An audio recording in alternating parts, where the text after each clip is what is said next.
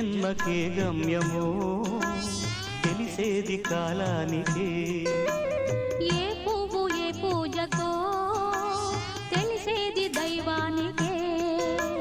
ఏ జన్మకేమైనా ఈ జన్మలో నీకు ఖైదీనే అయ్యానుగా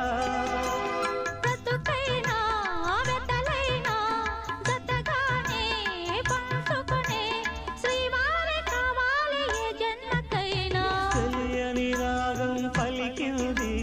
తీయని భావనలో మనసే జ్యోతిగా వెలిగింది మమతలతో వెళ్ళ